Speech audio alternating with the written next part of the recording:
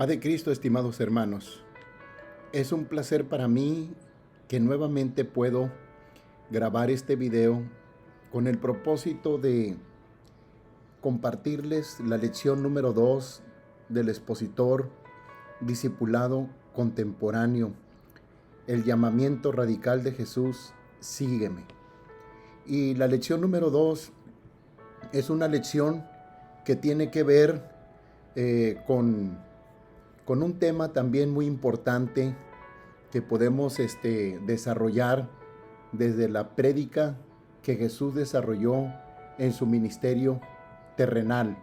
Tenemos aquí el expositor que hemos elaborado y vamos a ir al índice primero para poder ver precisamente el título de la segunda lección, que viene siendo precisamente el concepto de conversión en Jesús.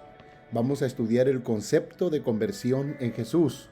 Vimos la primera lección que se llamó el llamado radical de Jesús, sígueme, y descubrimos el tremendo significado que tiene este llamamiento en boca de Jesús. Hoy queremos compartirles pues la segunda lección, donde vamos a tratar de descubrir a través de esta segunda lección todo el significado profundo de conversión que tenía ese llamamiento. Y vemos aquí esta lección número 2.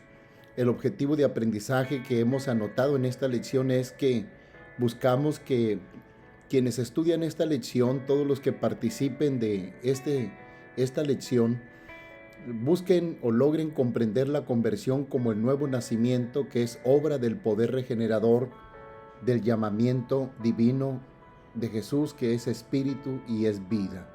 Queremos mostrar que el nuevo nacimiento es obra del poder regenerador del llamamiento de Jesús, y el llamamiento de Jesús es espíritu y es vida. Lo explicamos también en la lección anterior. Como texto base hemos puesto Lucas 9:23, que dice: y decía a todos, si alguno quiere venir en pos de mí, niéguese a sí mismo, tome su cruz cada día y sígame. Como ve usted, aquí aparece también todavía ese llamamiento radical, sígueme, pero ahora acompañado de esa expresión que dice: si alguno quiere venir en pos de mí, niéguese a sí mismo, tome su cruz cada día y sígame.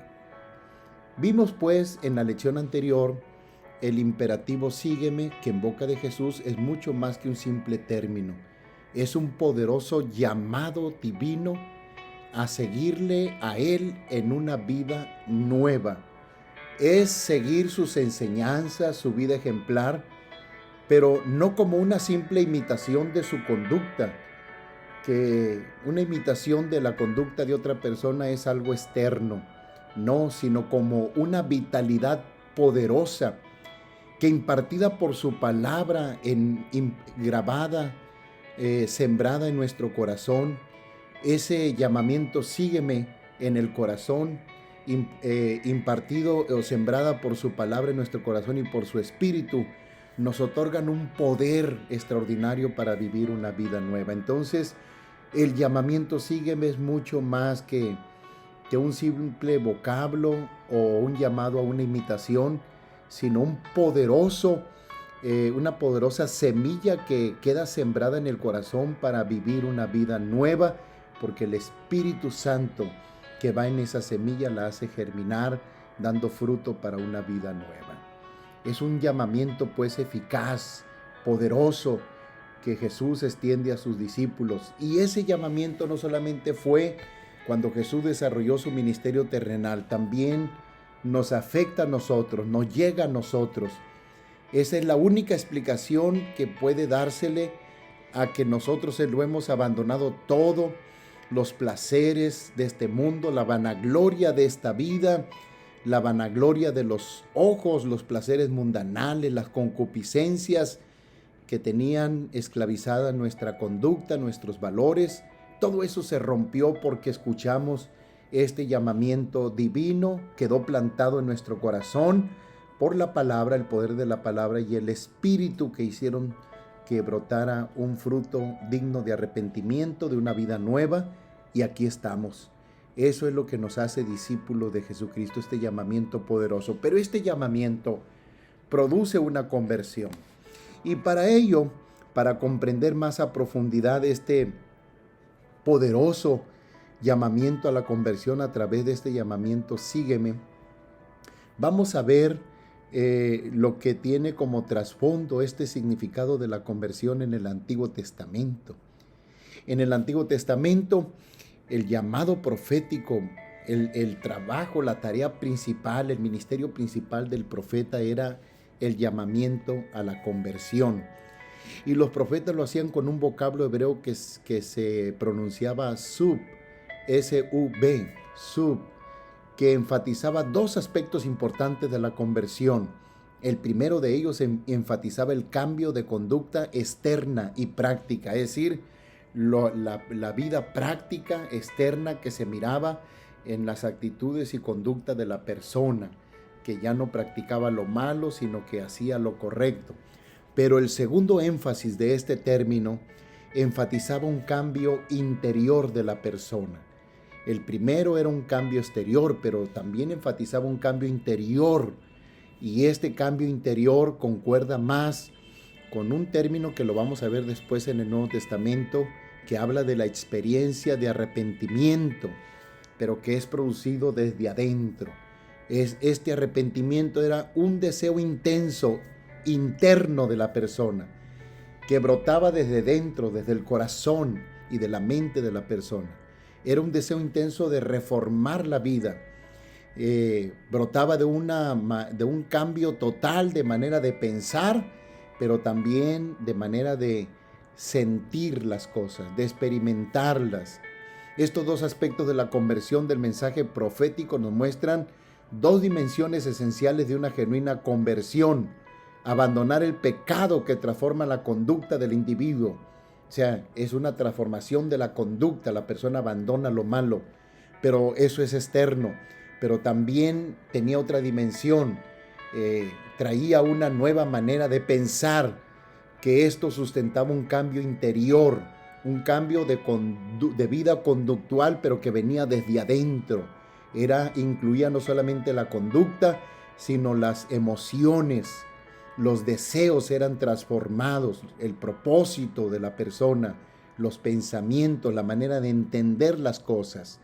A este cambio interior los profetas lo aludían cuando hablaban de amar a Dios de todo corazón y con toda el alma. Y esto impactaba todas las fuerzas del individuo, sus energías, sus fuerzas, su propósito, fuerzas físicas, mentales, emocionales, ahora se dirigían en agradar a Dios. Desde lo interno impactaba hasta lo externo. Israel debería de haber amado así a Dios según el llamamiento que hacían los profetas, pero fracasaron. Israel no pudo amar a Dios. En el Nuevo Testamento encontramos a Juan el Bautista con este llamamiento a la conversión. En cierta manera, Juan sigue siendo un profeta en la línea de los grandes profetas de Israel del Antiguo Testamento. Él hace también un llamado a la conversión. Él busca que las personas abandonen sus malos caminos, pero él trae un elemento nuevo en su predicación de la conversión, y era que él anunciaba que el verdadero pueblo de Dios no son aquellos que descienden de Abraham, según la carne, sino los que se convierten, es decir, los que retornan a Dios. Es decir, por un camino van rumbo al pecado. Ellos abandonan ese pecado y dan media vuelta y retornan a Dios. Eso para Juan el Bautista era los genuinos personas creyentes que eran pueblo de Dios, el verdadero remanente de Dios. Por eso él predicó un bautismo de arrepentimiento, es decir, que la persona se tenía que bautizar, pero con una conversión genuina, que venía como una experiencia genuina desde el corazón e impactaba la conducta externa de las personas. Este bautismo de arrepentimiento, él aseguraba que era para el perdón de los pecados. Un bautismo como un acto de compromiso de conversión para el perdón de los pecados. Juan ve que muchos fariseos vienen a él para ser bautizados, pero no muestran frutos dignos de arrepentimiento. Entonces él los exhorta a bautizarse plenamente convertidos, y no bautizarse solo para huir de la ira venidera, del castigo de Dios por el perdón que buscaban recibir. Juan conecta el bautismo de arrepentimiento con el perdón de los pecados, pero también lo conecta con el ingreso a una nueva vida, porque él miraba este arrepentimiento, un cambio que empezaba desde adentro de la persona, que cambiaba su manera de pensar, su manera de sentir las cosas, el propósito de la vida de la persona, que hacía que su conducta fuera transformado hacia el exterior y vivía con facilidad una vida nueva, porque este cambio venía promovido desde una obra interna dentro del corazón y la mente de la persona. Juan rebasa en este sentido a los profetas del Antiguo Testamento, aunque él sigue siendo parte de ese viejo pacto. Pero él logra conectarse y ser precursor del nuevo pacto, trayendo un nuevo mensaje y preparando el corazón de las personas. Ante ese trasfondo de predicación que tiene Juan el Bautista, Jesús aparece y él trae una nueva revelación sobre la conversión. La conversión no es un acto fruto de la voluntad, de la fuerza de voluntad de la persona. Él trae un mensaje donde enseña que la conversión es un acto milagroso de la gracia de Dios. Juan el Bautista tenía razón. El verdadero arrepentimiento que llevaba al perdón de los pecados, el bautismo de arrepentimiento que llevaba al perdón de los pecados, era un bautismo de arrepentimiento donde ese arrepentimiento empezaba en lo interno, cambiaba todo lo interno y luego impactaba en un cambio externo, en la conducta externa. Hacía que la conducta externa fuera recta y agradable a los ojos de Dios. Pero Juan no entendió que ese cambio total que venía desde lo interno e impactaba lo externo, solamente se podía lograr por un acto milagroso de Dios. Jesucristo viene y lo explica. Él tiene una plática sobre esto. En Jesús es fundamental el cambio de vida externo, manifestado en una nueva conducta y estilo de vida de la persona, como evidencia de una genuina conversión. Sin embargo, Jesús revela algo extraordinario. La conversión, más que un esfuerzo humano, es un don divino. Es por eso que el llamamiento divino y poderoso de Jesús genera un cambio interno, milagroso, que viene de Dios. Este cambio interno y milagroso que viene de Dios es la conversión metanoia, que es el arrepentimiento, que en el griego es la palabra, el vocablo metanoia. Es un cambio en el modo de pensar. Este cambio poderoso en el modo de pensar viene generado por una obra poderosa del llamamiento divino, del toque del Espíritu. Este cambio interno produce la conversión epistrefo o epistrefen, que es también otro vocablo griego que significa retornar. La persona en su conducta externa puede retornar a Dios y vivir una vida recta solamente si de manera interna es transformado también por la conversión que Cristo obra en el corazón de la persona. Y entonces puede cambiar toda su conducta y su estilo de vida, todo lo que practica la persona verdaderamente arrepentida. El cambio interno divino ejerce un impacto total en lo externo, haciendo que la persona viva una vida nueva, totalmente transformada. A este cambio poderoso, divino, extraordinario y de cambio total, Cristo le llama nuevo nacimiento.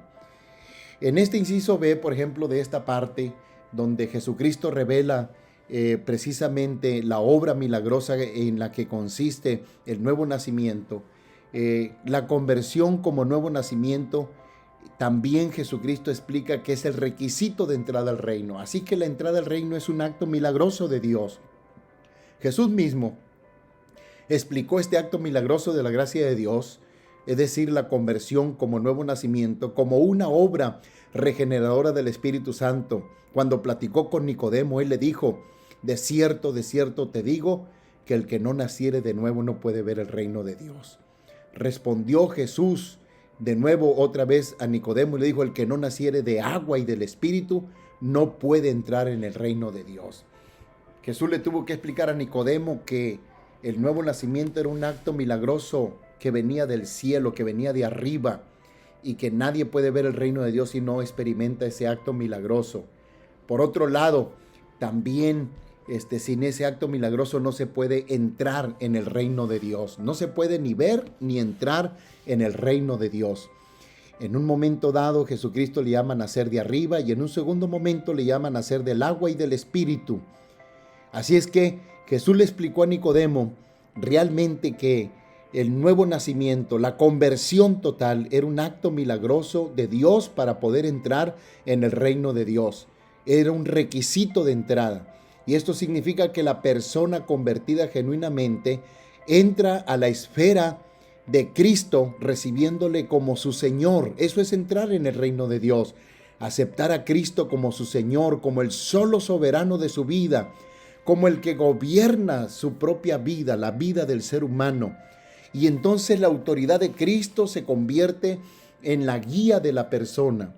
Por eso la conducta es transformada. Esta obediencia a esta soberanía y señorío de Jesucristo no cuesta dificultad, porque la transformación viene desde lo interno y hace que lo externo sea transformado. Por eso Jesucristo habló de la manifestación del reino de Dios como algo muy especial desde sus inicios en la predicación del Evangelio. Él dijo: el tiempo se ha cumplido y el reino de Dios se ha acercado.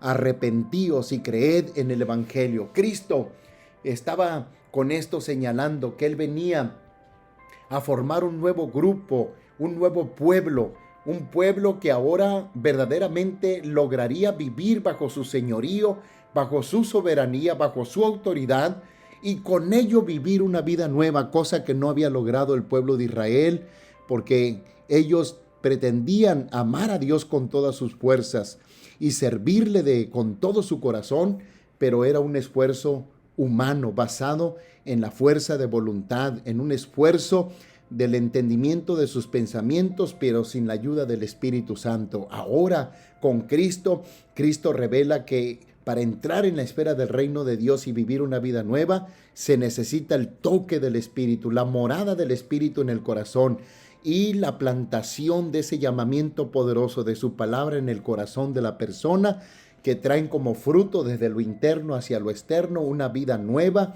una vida transformada que se caracteriza por obedecer el señorío de Jesucristo. En el Nuevo Testamento, precisamente en los Evangelios, encontramos muchos ejemplos de conversión total en el ministerio de Jesús. El caso de Zaqueo es uno. Él era un publicano que cobraba impuestos, extorsionaba y se había enriquecido a costa de los demás. Pero una vez que conoce a Jesucristo, él quiere vivir una vida transformada, y entonces, al tener a Jesucristo en su casa, él anuncia diciendo que la mitad de sus bienes se la va a dar a los pobres, y que si en algo ha defraudado a alguien, él le va a devolver 4 veces más lo que él ha defraudado. Esta transformación de su vida se debe a que ahora desde el corazón, desde la vida interna de Zaqueo, en su propio corazón y en su mente, Jesucristo, el Espíritu de Dios, la palabra de Dios, el llamamiento poderoso han sido plantados y ahora brotan, trayendo una vida nueva desde lo interno hacia lo externo, y él puede vivir con alegría y con gozo una vida nueva, una vida transformada, y paga el precio por vivir esa vida transformada. La Biblia también nos explica el caso de la mujer de mala vida, que se encuentra en Lucas capítulo 7, verso 36 al 50. Este pasaje nos narra que Jesús fue invitado a comer en casa de uno de los fariseos, y al estar en la mesa, una mujer de la ciudad fue a donde estaba Jesús y, llorando a sus pies, los regaba con sus lágrimas, los enjugaba con sus cabellos y los ungía con perfume. Obviamente, quien le había invitado, que era un fariseo, él pensó que Jesús, si en verdad fuera profeta, sabría que esa mujer era una mujer de mala vida, una mujer que había vivido en la prostitución, y por lo tanto él especulaba que sospechosamente Jesús tal vez no era ni siquiera un profeta. Pero Jesús le contesta y le demuestra que conoce sus pensamientos, y le hace una pregunta, que si quién amará más, si alguien que es perdonado mucho, o alguien que es perdonado poca cosa, con pocos detalles. Y él contesta pues que a quien se le perdonó mucho, ese va a amar más. Y él le dice, has contestado de manera correcta. Esta mujer que está aquí se le ha perdonado mucho y por eso ama mucho. En cambio, a ti pues se te ha perdonado poco y poco amas. Yo entré a esta casa y ella ha llorado mis pies, los ha enjugado, los ha limpiado. Y yo entré aquí contigo y tú no los has lavado, no lavaste mis pies ni me has atendido de una manera especial, porque poco se te ha perdonado. Y entonces Jesús se dirigió a esta mujer de mala vida para decirle que fuera en paz, que no pecara más. Esa mujer se convirtió en seguidora de Jesús y le servía con sus bienes, con su dinero y de muchas otras formas. Pero también encontramos una transformación total en los 12. Estos hombres tenían un gran oficio, tenían un trabajo, tenían ingresos, y cuando Cristo los llamó a que le siguieran, ellos lo abandonaron todo y le siguieron de lleno, de manera consagrada y dedicada, porque estaban convencidos que servir a Jesús era lo mejor. Este amor tan especial por Jesucristo, esa convicción, esa entrega, era fruto de que este llamamiento poderoso había quedado plantado en sus corazones. Así es que, queridos hermanos y amigos y hermanas que se encuentran escuchando este video, indudablemente que Jesús vino a escoger a 12 discípulos y su plan era obrar en estos 12 discípulos una transformación total, una conversión total. Todo empezó con un poderoso llamamiento, con el toque de su espíritu, generando una nueva vida en estos 12 para que de esta manera ingresaran en la esfera del reino de Dios, que implicaba colocarse bajo el señorío de Jesucristo y servirle fielmente. Cristo necesitaba esta clase de hombres para que una vez que Él ascendiera a los cielos, ellos continuaran con el toque del Espíritu, con la dotación del Espíritu que se derramaría en el Pentecostés, cumpliendo la misión que era necesario cumplir. Y aquí te dejo yo unas preguntas importantes para que tú reflexiones de manera final. ¿Refleja tu vida una conversión total como la que aquí se presenta? Si no se refleja esta vida, esta conversión total, entonces todavía no llegas a un discípulo total, completo y genuino de Jesucristo. Otra pregunta más es, ¿tu vida muestra frutos dignos de arrepentimiento? Y una nueva pregunta es, ¿qué señales se deben ver en una persona que ha experimentado el nuevo nacimiento? En lo que tú has podido ver en esta lección y lo que tú pudieras agregar. Una pregunta final es, ¿cómo sabemos que una persona ha entrado en la esfera del gobierno y el reino de Dios? Querido amigo, querido hermano, yo te invito para que tú seas de quienes experimenten este llamado poderoso de Jesús. Sígueme, experimentan el toque del Espíritu dentro en lo profundo de tu corazón y logran vivir una vida convertida, nueva de manera total, porque Cristo con su palabra y con su Espíritu desde el interior de tu corazón te den la capacidad y el poder de vivir una vida nueva para ser un auténtico discípulo de Jesús. Mis mayores deseos son que el Señor te bendiga, que el Señor te guarde, que estudies esta lección y que haya gran provecho y crecimiento en tu fe y en tu vida espiritual. El Señor te bendiga, te guarde, son mis mayores deseos como secretario de Educación Cristiana y servidor tuyo. Buscamos tu crecimiento espiritual.